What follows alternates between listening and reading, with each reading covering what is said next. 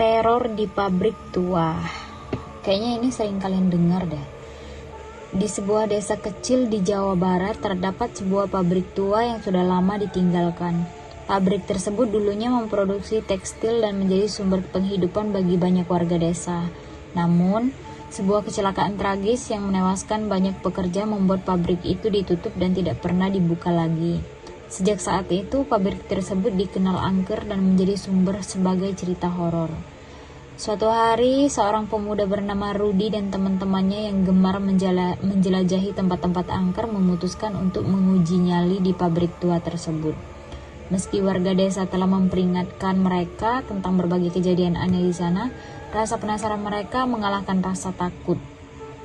Malam itu, Rudi dan 3 temannya, Andi, Budi, dan Sinta, memasuki pabrik dengan membawa senter dan kamera untuk merekam pengalaman mereka.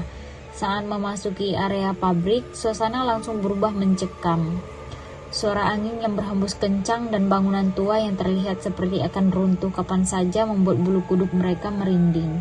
Mereka mulai berkeliling di dalam pabrik merekam setiap sudut dengan kamera.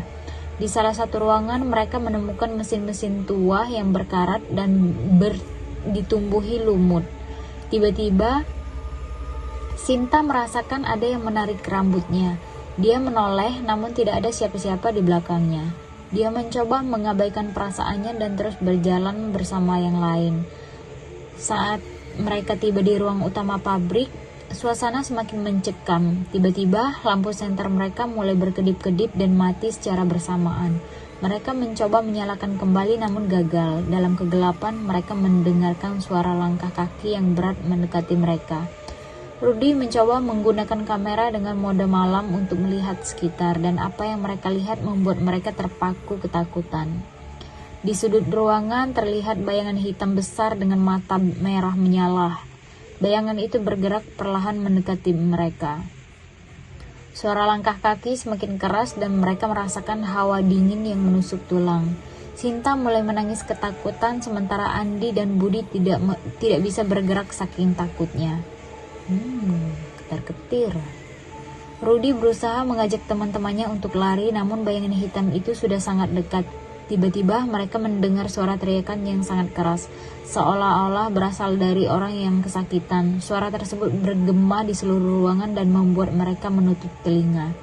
Dalam kepanikan, mereka berhasil menemukan jalan keluar dan lari secepat mungkin meninggalkan pabrik tua itu. Sesampainya di luar, mereka merasa lega namun masih ketakutan.